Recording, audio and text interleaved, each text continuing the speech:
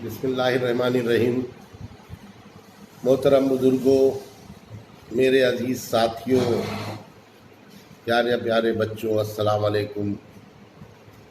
मेरे पास कई लोगों के फ़ोन आए और उन्होंने कहा कि आपने थर्सडे के प्रोग्राम को कैंसिल कर दिया।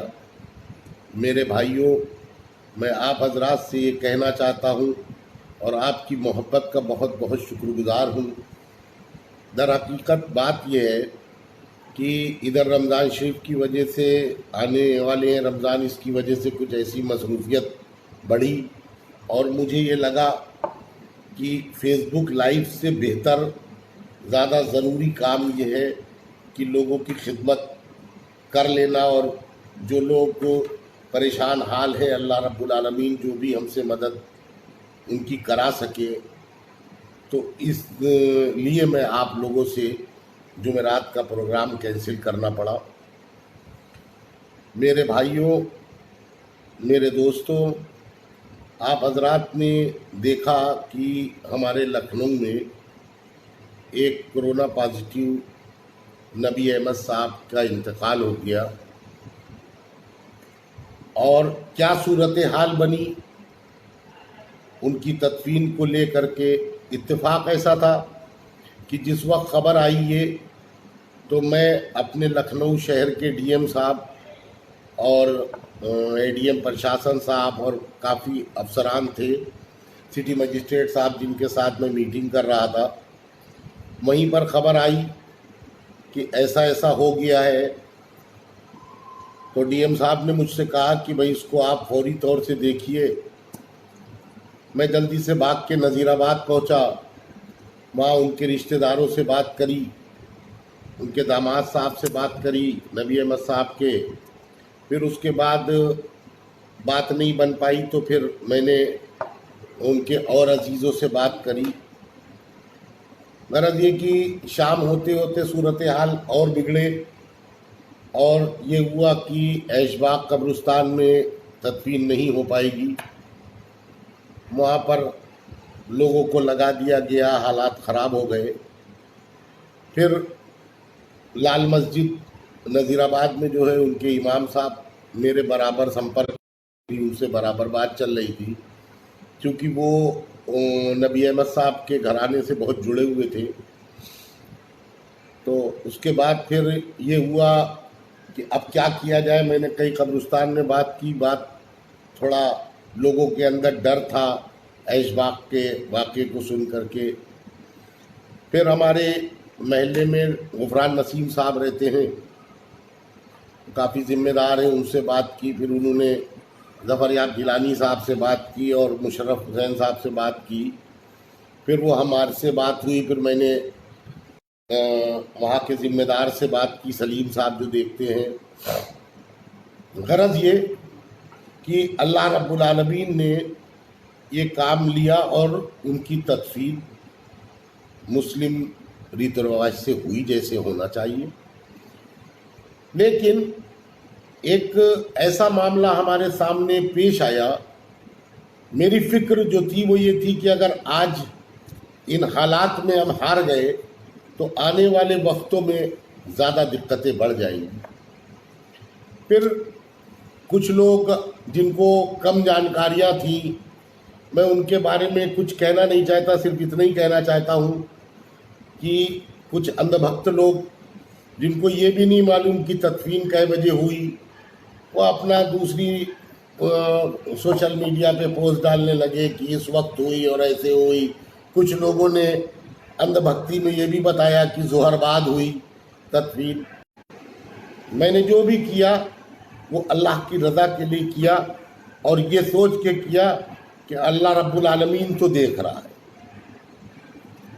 और इसी से मैं आपको अपनी जुड़ी हुई एक बात और बता दूं, जो ऐसा कि आप लोग सब जान रहे हैं और पूरे लखनऊ में इस बात को मालूम है कि साहबा एक्शन कमेटी मुल्क के इस मुश्किल दौर में, हमारा मुल्क इस वक्त बहुत मुश्किल दौर से गुज़र रहा है और लखनऊ में देखिए रोज़ाना आंकड़े बढ़ते चले जा रहे हैं। इस मुश्किल दौर में हमने हर इलाके में हमारी कमेटी ने हर इलाके में राशन पहुंचाने का काम किया और कर रही है उस दिन से रोज़ाना। लेकिन मैंने कोई एक फ़ोटो साहबा एक्शन कमेटी का आप हजरात ने नहीं देखा होगा, क्योंकि ये फ़ोटो हम जो काम कर रहे हैं वो दुनिया को दिखाने के लिए नहीं, अल्लाह रब्बुल आलमीन देख रहा है कि कौन क्या काम कर रहा है और किससे अल्लाह काम ले रहा है। इसलिए इन बातों में बहुत तफसील से बात करने की कोई ज़रूरत नहीं है। थोड़ा सा बताना आप हजरात को ज़्यादा ज़रूरी था, इसलिए थोड़ा सा इस मौजू पे आपसे बात कर ली। जो अहम बात है वो आपसे ये कहना है कि मेरे भाइयों, जो मुख्तलिफ शहरों से या मुख्तलिफ ज़िलों से एक खबरें बड़ी ख़राब आ रही हैं कि जो हमारी स्वास्थ्य टीम, डॉक्टर्स और उनके साथ में पुलिस आपके घर जा रही है। और आप एक बात समझ के चलिए कि अगर आपके घर कोई मेहमान आए, आपसे खैरियत पूछे, तो क्या आप उसको लाठी डंडे ईंटे पत्थर से मार के भगाओगे? ये सरासर गलत बात है। वो आपके घर अपने बच्चों को छोड़ के, अपने परिवार को, अपने को रिस्क में ले करके, अपनी परवाह न करके आपके घर पहुंच रहे हैं। आपसे 3 ही सवाल कर रहे हैं। पहला सवाल, आपके घर में कितने लोग रहते हैं? दूसरा सवाल, आपके घर में कोई नज़ला, ज़ुकाम, बुखार, कोई बीमार तो नहीं है? तीसरा सवाल, अपने घर के किसी का भी या परिवार के मुखिया का नंबर दे दें। तो ये एक तरह आपकी खैरियत ही लेने तो आ रहे हैं। मेरे भाइयों, साहबा एक्शन कमेटी ने लखनऊ में जहाँ जहाँ, जैसे Pata Nala, Billochpura, Turiaganj, Akbari gate, Campbell road, Maulviganj, Chikmandi, ऐसे बहुत से इलाकों में जहाँ जहाँ हमारी जानकारी में स्वास्थ्य टीम पहुंची और वहाँ से मेरे पास फ़ोन आया, वहाँ साहबा एक्शन कमेटी के वॉलेंटियर्स ने घूम घूम के उनके साथ काम कराया। ये कोई बेचैन होने की बात नहीं है।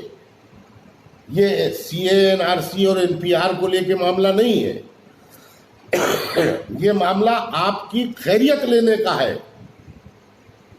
ऐसे वक्त में होना तो ये चाहिए कि हमें आपको उनको कोऑपरेट करना चाहिए, उनको बैठाल के उनकी खैरियत लेना चाहिए। हालांकि ऐसे हालात में वो आपके साथ नहीं बैठेंगे, लेकिन एक पानी की बोतल उनको दे दीजिए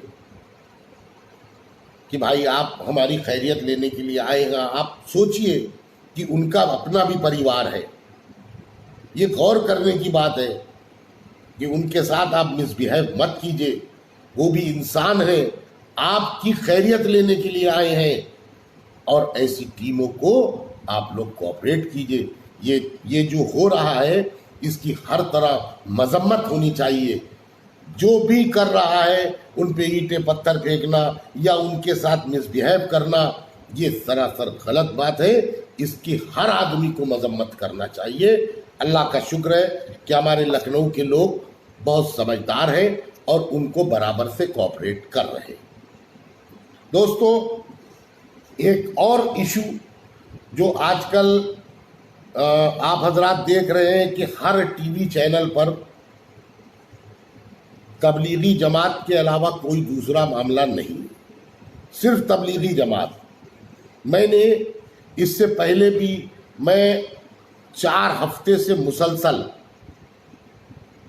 इसी बात को कह रहा हूँ और तबलीगी जमात के लोगों तक मैं ये मैसेज पहुँचाने की कोशिश कर रहा हूँ कि मेरे भाइयों, डरने की ज़रूरत नहीं है।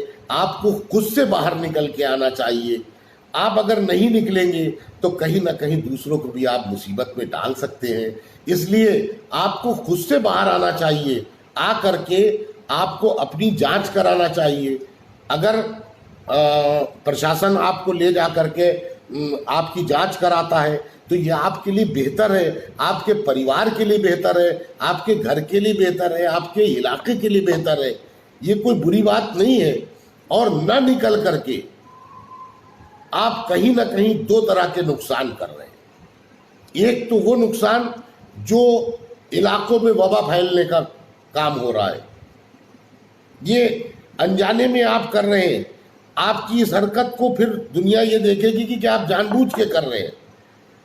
इसलिए पहली ये, दूसरी बात ये कि जो जिल्लत का सामना करना पड़ रहा है कि आपको अरेस्ट किया जा रहा है, आपको गिरफ्तार किया जा रहा है, ये सब चीज़ें अगर आप खुद से बाहर आएंगे तो ये नौयत नहीं आएगी। इसलिए मैं आपसे फिर दरख्वास्त कर रहा हूँ कि तबलीगी जमात के हमारे साथियों, मेरे भाइयों, इस बात को सुन लीजिए, जहाँ जहाँ आप लोग हों वहाँ आप बाहर निकल के आइए, प्रशासन को फ़ोन करिए, एडमिनिस्ट्रेशन को बताइए कि हम फला जगह पर हैं और मैं फला दिन तबलीगी जमात के मरकज़ में, दिल्ली के मरकज़ में शामिल हुआ था। सिर्फ मामलात वहीं के हैं। तो आप अगर दिल्ली मरकज़ गए हैं तो आप बताइए, हुकूमत को भी आसानी हो और जो ये मूजी मर्ज है, ये जो वबा फैली है, इसमें आपके सर पर कोई ठीकरा भी ना फूटने पाए। आप देख रहे हैं कि ये दलाल मीडिया किस तरह आप लोगों को क्या क्या कह रही है। इसलिए कहीं ना कहीं हम ये देख रहे हैं कि आपकी भी कमी है, जिसको आप गलत तरीके से पेश कर पा रहे हैं। और साथियों, एक बात आपसे और कहनी है कि अगले संडे को इंशाल्लाह रमज़ान शरीफ का महीना शुरू हो जाएगा, रमज़ान मुबारक का महीना शुरू हो जाएगा। रमज़ान में जो हमारे आपके सामने तरावी को लेकर के जो मामलात हैं, जिस तरह एक एडवाइज़री जारी की गई है और शरई मामलात भी हैं, तो हम आप हजरात से दरख्वास्त करते हैं कि मस्जिद में 3 लोगों से ज़्यादा तरावी मत सुनिएगा। आप अपने घर में अलम तरा कैफ पढ़ लीजिए। इस हालात में उलमा इकराम से मशवरा कर लीजिए। हमने उलमा इकराम से बात करी, उन लोगों ने भी ऐसा ही बताया है करने को। इसलिए आप लोग कोई ऐसी गलती मत कीजिएगा जो नुकसान आपका भी हो और दूसरे लोगों को हंसने का, कहने का मौका मिले। इसलिए ऐसी कोई गलती मत कीजिएगा। रमज़ान का महीना है, बहुत मुबारक महीना है, इबादत का महीना है। इसमें हम आप जितनी अच्छे ढंग से इबादत कर लें और अपने मुल्क में आफियत की दुआ करें। तमाम आलम में अल्लाह रब्बुल आलमीन आफियत का मामला करे। जो बीमार हैं अल्लाह उनको शिफाए कामिला अता करे और हमारे मुल्क से, पूरे आलम से ये वबा ख़त्म हो जाए। इन्हीं बातों के साथ में दोस्तों अपनी बात को ख़त्म करता हूँ। इंशाअल्लाह अगले हफ्ते इतवार को फिर आपसे मुलाकात होगी। खुदा हाफ़िज़।